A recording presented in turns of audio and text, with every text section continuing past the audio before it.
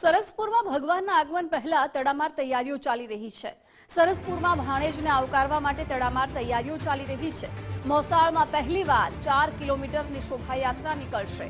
વાજતે ગાજતે મોસાળવાસીઓ ભાણેજનું સામૈયું કરશે। રણછોડરાય મંદિરમાં ભગવાનના સ્વાગતની તડામાર તૈયારીઓ ચાલી રહી છે। ભગવાનને ભાવતા ભોજન પીરસવામાં આવશે। ભગવાનના મનોરથ તથા રાત્રિ ભોજનના કાર્યક્રમનું પણ આયોજન કરાયું છે। ભગવાન જગન્નાથજીના આગમન બાદ શુક્રવારે કેરીનો મનોરથ રહેશે। રવિવારે સાંજે 56 ભોગનો મનોરથ ધરાવવામાં આવશે। તો 18 જૂનના દિવસે સાંજે મિક્સ ફ્રૂટનો મનોરથ ધરાવવામાં આવશે। 21 જૂનના રોજ શનિવારે સાંજે ડ્રાયફ્રૂટનો મનોરથ ધરાશે। 22 જૂનના રોજ રવિવારે સાંજે મામેરાના દર્શન થશે અને 24 જૂનના રોજ મગજનો મનોરથ ધરાવવામાં આવશે।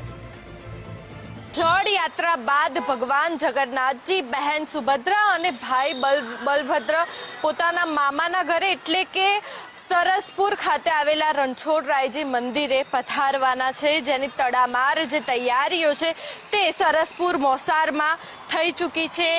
દ્રશ્યોમાં પણ જોઈ શકાય છે કે ઠેર ઠેર જે માંડવા છે તે બાંધ્યા છે અને માંડવામાં ખાસ કરીને ઝુમ્મરથી જે સજાવટ છે તે કરવામાં આવી રહી છે। અહીંયા 6 કરતાં પણ વધારે એટલે કે 10-15 જેટલા જે ઝુમ્મરો છે તે લગાડવામાં આવ્યા છે। તેની સાથે સાથે વાત કરવામાં આવે તો ઠેર ઠેર જે રંગોળી છે તે રંગોળી પણ પૂરેલી જોવા મળી રહી છે।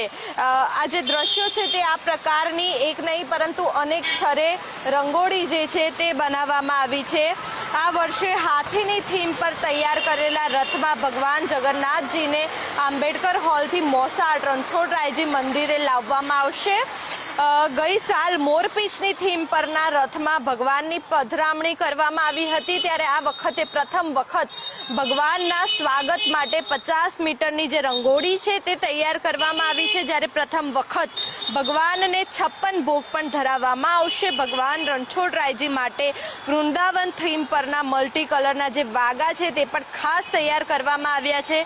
ભગવાનની પધરામણી થતાં જ ભક્તોની ભારે ભીડ થતી હોય છે, જેને પગલે આ વર્ષે મંદિરની બાજુમાં 13 ફૂટ જેટલી જે જગ્યા છે તે પણ ખુલ્લી કરાઈ છે। આથી આ વર્ષની દર્શન માટેની જે પ્રવેશ અને નિકાસ દ્વાર પણ અલગ અલગ કરવામાં આવ્યા છે। સાથે સાથે મામેરાના દર્શન વખતે પણ આ જ પ્રકારની જે વ્યવસ્થા છે તે કરવામાં આવી છે। તેની સાથે સાથે જે મંદિરમાં વિશેષ જે કાર્યક્રમો છે તેનું પણ આયોજન કરવામાં આવ્યું છે। રણછોડરાયજી મંદિર ખાતે ખાસ કરીને કેરીનો મનોરથ હોય કે પછી તમામ ભજનો હોય કે પછી ભગવાનને 56 ભોગનો મનોરથ હોય કે પછી મિક્સ ફ્રૂટનો મનોરથ હોય કે પછી ડ્રાયફ્રૂટનો મનોરથ હોય તે કરવામાં આવશે અને ત્યારબાદ 22 તારીખે રવિવારે મામેરાના જે દર્શન છે તે ખુલ્લા કરવામાં આવશે। તેની સાથે સાથે અલગ પ્રકારે જે ભજન કીર્તનનું પણ આયોજન સરસપુર મંદિર ખાતે કરવામાં આવ્યું છે। ભક્તોની પણ વાત કરવામાં આવે તો આ વર્ષે